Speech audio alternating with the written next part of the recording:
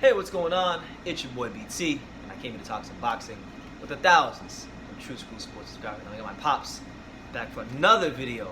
Talking about. You guys make comments about them. You guys give positive feedback, so we keep bringing them back here on True School Sports. Having fun with it.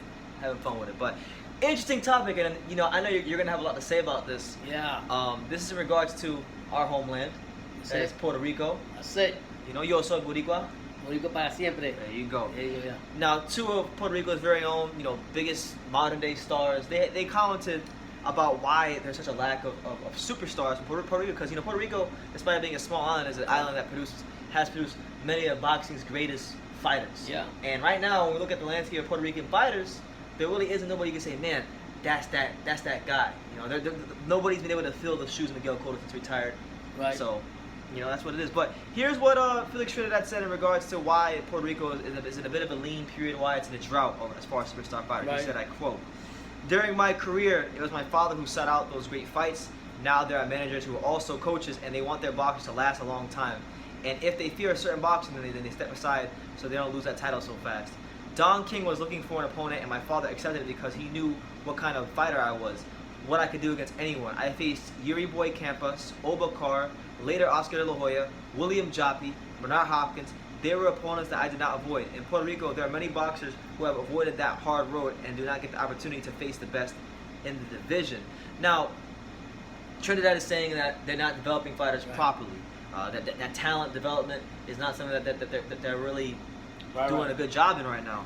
Cotto himself said this. He said, I quote, "We have had seasons of scarcity in Puerto Rican boxing, but the talents have always been, and they will continue to be there in the future. Sooner or later, a new breed of boxers will flourish." So Cotto taking a much more optimistic approach. And then Francisco Valcarcel. Valcarcel.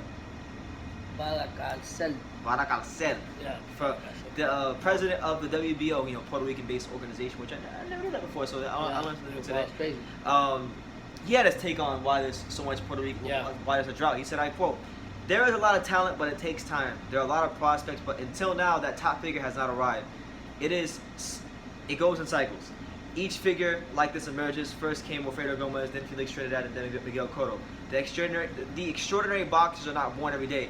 They are born every 10, 12, or 15 years. This pattern does not only apply to Puerto Rico, but in also other parts of the world." So, those are perspectives from some notable figures in Puerto Rican boxing. Right. What do you think, Dad? I think it's boxing is just like clothes, styles of clothes that get worn out and then they come back in style. Mm-hmm. And what I'm getting at is we have a new generation of boxing where the trainers, the promoters, it's more about the money and about how long, like Cotto said, how long the fighters last, and that's hurt a lot of the fighters that are actually pretty good. Back in the day, in Trinidad's time, Cotto's time, boxers were hungry. They wanted to train. They didn't care what the promoter said. They didn't care what the manager says. They were more focused on getting in the ring and doing their job. Today's more like a political game, back and forth. So, like I said, it's just like a styles of clothes that come and go. The same thing with boxing and anything else in sports. You have that time period where you have to reorganize and regroup and do things to get it back where it has to be at.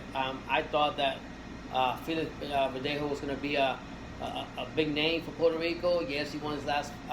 We all did. Yeah, his last fight, but he still got a long way to go, and it might take a while. But it all has to do with the politics of boxing. I think that affects a lot, whether it's in Puerto Rico, whether it's in Cuba, whether it's here in the United States. It's a lot of politics more than ever now than I've seen in my time that I've been around watching boxing. So for Puerto Rico, it's gonna take that one special kid that comes out, like Cotto said, or Trinidad said that it takes 5 to 10 years. Who knows? It's always like that. You always have that one that reborn. But for now, Puerto Rico got some issues. But that being said, I will give credit for the women's boxing. Amanda Serrano. She's actually keeping Puerto Rico afloat for the women's boxing, and she's done a lot more than a lot of the Puerto Rican boxers done in the past and now. So keep that in mind. We might not have an actual male dominating the boxing world, but we also have somebody else carrying the torch for Puerto Rico until we find that superstar that needs to come to the island. All right, good take there for sure. You know, it seems like right now, cause when we look at the current crop of like top Puerto Rican fighters, we look at guys like Emmanuel Rodriguez, got flattened against Inouye in the big fight. We look at Alberto Machado, gets folded up like a chair in a fight against Andrew Cancio. He's fighting soon too. Okay. Yeah. Verdejo, you know, he looked like the goods for 2015. He looked like the goods. He fell out quick. Maybe he wanted to become that guy, but right now he's not that guy.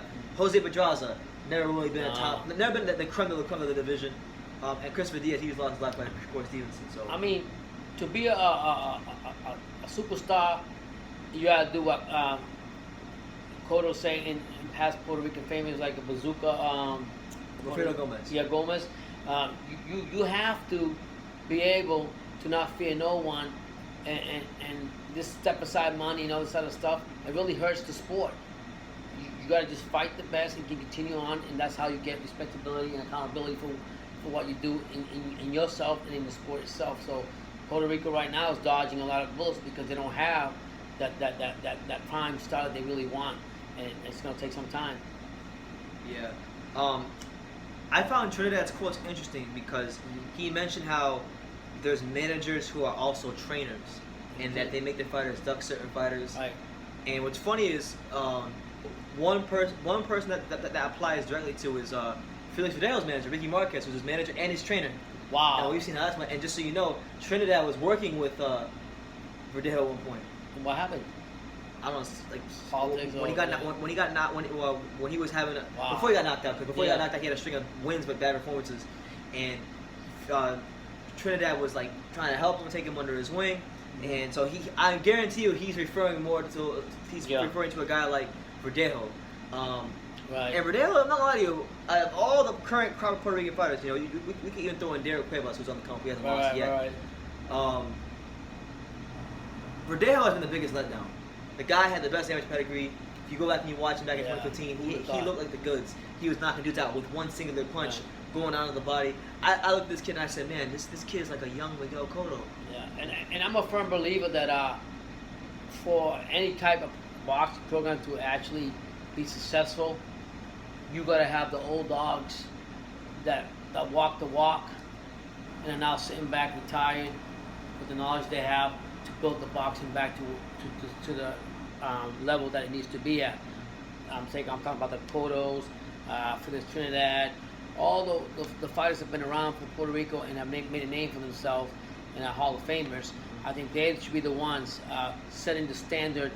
Right now, Cotto was the last one that just left and retired from boxing. He should be the one trying to groom all these young boxers in Puerto Rico.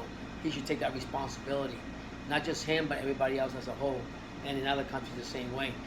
If you don't have the old dogs, or if you don't have the old professors teaching the coming teachers how to teach a student, you're just never going to have that student graduate with super grades and above level. Yeah, they're not going to be in the honor roll. Yeah, they're not so going to get the right scholarships. now it's a rebuilding period for Puerto Rico, and it's sad, but it's true. Mm-hmm. We all have to be accountable, and I think that the past champions have to be accountable. Forget about the money. Forget about the step aside. If you want a true boxer, you teach him the way you were taught, in old school. Not let the politics take away the history that the island or any other country have based on their boxers. Okay. Well, we'll close the video out this way. Mm-hmm. You know, I mentioned some of the names earlier. I mentioned Emmanuel Rodriguez. Mm-hmm. I mentioned Machado, Verdejo, Machado. What's his name? Who was the first one? I said Machado. Rodriguez, yeah. Who else was there? You said Rodriguez, Verdejo. Oh, I got it right here. Yeah. Rodriguez, Verdejo, Machado, Pedraza, and Christopher Diaz. Mm-hmm. Which one of those five guys do you think? Because most of these guys all of these guys actually have lost at some point in their career. Which one of these five guys do you think could step in to be that Puerto Rican star? And we'll even throw in Derek Cuevas, so 6. Which one of them 6 do you think could step in and become like a star? Right now, not just a good fighter, but a star. I honestly thought that, to be honest, my heart from the beginning was for Felix Verdejo when he surprised me with that loss in the Barclays Center. It just threw me off the wall. I was a big thing on Machado, and the same thing took it. I remember you were saying Yeah. you used to be Javante And Davis. let me tell you something. Sometimes what happens with fighters, they take their opponents for granted, or they take the opportunity for granted and don't take it as serious as they should. And they get folded up on a chair. And they get a reality check and they get humble like boxing humble you. Rodriguez, they say, from what they say, I really don't know much about him, but they say he's supposed to be like supposed to be tough and this and all this other stuff. But I mean, the monster Just ran through him. Chacho, the monster from Japan. You know who I'm talking about. I know he came out with an earthquake and put him out cold. So all these guys He lasted that around. we're just talking about, they all got a little humbling from boxing. Honestly, right now, I don't even count any of them yet. They have to show me more. Yeah. I mean, because if you were set up to be something good, then you should be more focused on what you want to do to be good at that level. Yeah, yeah. And you didn't do that yourself. You can't just blame it also on the manager and the promoters. You have to blame it on yourself and not taking accountability. Absolutely. We also have Derek Cuevas here in South Florida. I know you saw the fight. He didn't have the best performance. He broke his hand in the first round. He's a good prospect. What you telling me? Good welterweight prospect. Yeah. I think he's like 19 and 0, 20 and 0 now. Yeah. I didn't know he was fighting with a broken hand, and so I was very critical because I'm a type of person that, like I grew up with Hector Macho Camacho. Mm-hmm. No, he wasn't he wasn't the greatest of all in Puerto Rico, but he had charisma. He knew how to showboat, and he fought some of the. I think he knocked out Sugar Ray Leonard. That was one of his biggest fights when he knocked him out. Yeah, he did. Okay. And after that, Sugar Ray Leonard I think retired. So my point being is that the Camachos, the Cottos, the Trinidads, the Bazooka, what's the name from Puerto Rico? They all should kind of come together and figure out what's the best system to make these fighters come back and represent Puerto Rico the way they should. And like I say again, I'm going to give a lot of props to the Serrano sisters. Mainly Amanda though. Mainly Amanda's done a lot in a short time. She's doing MMA. Now she's doing. She's the first woman to win 8 division titles, seven division titles, in a lot of Puerto Rican fighters. So you have to respect that, no matter how you look through. Oh, don't say, oh, she's a woman boxing, 2 minutes, whatever. She's done a lot, and she's still going forward. And she's still carrying the flag of Puerto Rico, and she's taking pride in that. We all, as Puerto Ricans, need to take pride and jump the bang on her and on every male that we think we believe in. There's other Puerto Ricans names that I don't know. I don't got on my head right now, but I made some videos on them, and their prospects, but they all seem pretty good too. I forgot the names offhand right now. Okay. But I mean, so Puerto Rico's got some things to do, but I think it all starts with it starts where it all began. Amateur program. Right, amateur program, where it's at now, and I think a lot of responsibility has to be on the retired boxers that have been successful, and instill that in the fighters coming up. Okay.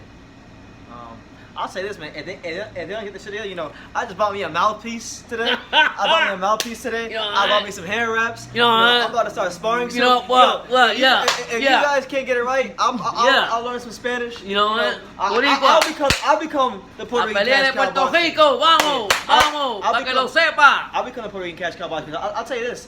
I'm not gonna sit here and say I was this great amateur because I wasn't. I had 0 amateur fights.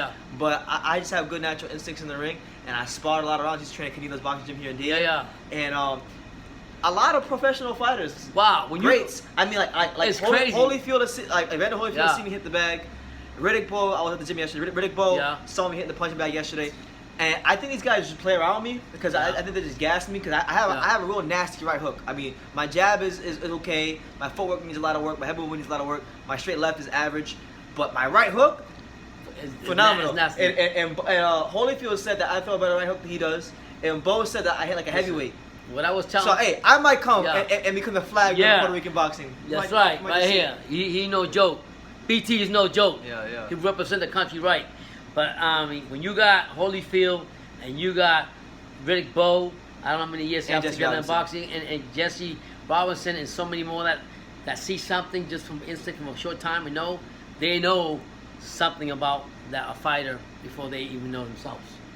So that's much respect to them and hard work on him, his dedication and doing what he's got to do. I don't know exactly when, but you guys see, I'll show you again so I'm not bullshitting you. All right, if you follow me on Instagram, if you don't, go follow me at Just Kid from Dania and True School Sports. But I've been talking about on Instagram for a while. When I get a mouthpiece, I want some smoke. Well, guess what? You're gonna get some there smoke. It is. Yeah. So he's gonna we'll be represent. sparring for the first. I'll be sparring very soon at the heavyweight family for the first And time you never know in what about a year. What could come out of that? But Got my hand rasped. yeah, But I'm just doing it for fun to stay in shape. ready. But yeah. that's what it is. Ready. So kudos to Puerto Rico. Win or lose, I love Puerto Rico. That's where I'm from. So I'm always going to support them. Boxing program. And I love everything about Puerto Rico and the fighters. Trinidad was one of my favorite ones. Definitely Hector Camacho's charisma just killed me. Maybe he didn't take nothing. He was beautiful the way he did. I want to say he was like not the record that he had, but he was a Mayweather of Puerto Rico, the way he carried himself in the ring, the way he showboated, the way he did. Flamboyant, like yeah, flashy. I like that. So I got respect. May he rest in peace. Respect to him. And like I said to everything, la isla del canto, lo mejor que hay en este mundo, la sangre boricua, no hay nadie como eso. There's one thing I know this is kind of long, but I don't think I ever told you this. Yeah. I know who the best Puerto Rican fighter is, but he's not full Puerto Rican. So and you know who this is, but you don't. Don't even tell me. You didn't know he was Puerto Rican. Yes, I did. I know who you're talking about. You ain't telling me that Canelo. No. Oh, No, not Canelo. Not Canelo. That was because I read about that. I'm not talking about Canelo. Wait, what happened with Canelo? I think Canelo was. If it's Canelo, I could You be say he's wrong. Puerto Rican? Somebody say he's Puerto Rican. No, I'm getting confused. My bad. No, that's not what I'm talking about. Logan Yu. Oh Logan yeah, Yu is half yeah. Puerto Rican. Oh yeah. He is. Yeah, Logan Yu, for those who don't know, Logan Yu, a great product coming up. He's half Puerto Rican. Yeah. Hector Camacho is one of his favorite fighters, so that's why I remembered. Yeah. Oh, when I told you that. Yeah, man. Oh yeah. So Logan Yu is the next Puerto Rican boxer. So let's go, What is he, champ. Korean and Puerto Rican? He's Korean and Puerto Rican, but so Bring it on. let's go, champ. Yeah. Shout out to Logan Yu. So Cotto Promotions signed the biggest name in island Puerto Rico. Come out here to New York. Come out here to Orlando, Florida. Miami. Come out with all the Puerto Rican crowds there and pick the best of the best. Y ajo con bichuela, ajo con gandules y salsa, baby. Yeah. Y'all don't know about that, but you guys can comment. Yeah. Make sure you So, hit yeah. that like button. Make sure you subscribe. Just talking boxing. Like we say in every single video. You can love us or you can hate us. We just he's from Low. Low. So I'm alone, you know what I mean? that's where he's from. New England. New England. So until next Yeah. time, you take care, guys. Take care.